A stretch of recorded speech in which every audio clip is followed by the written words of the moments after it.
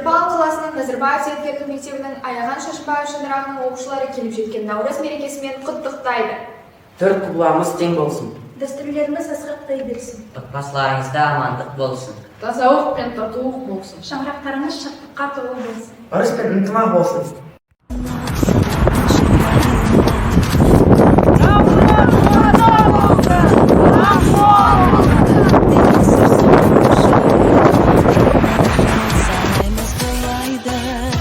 Көрісу салты бар ежелден.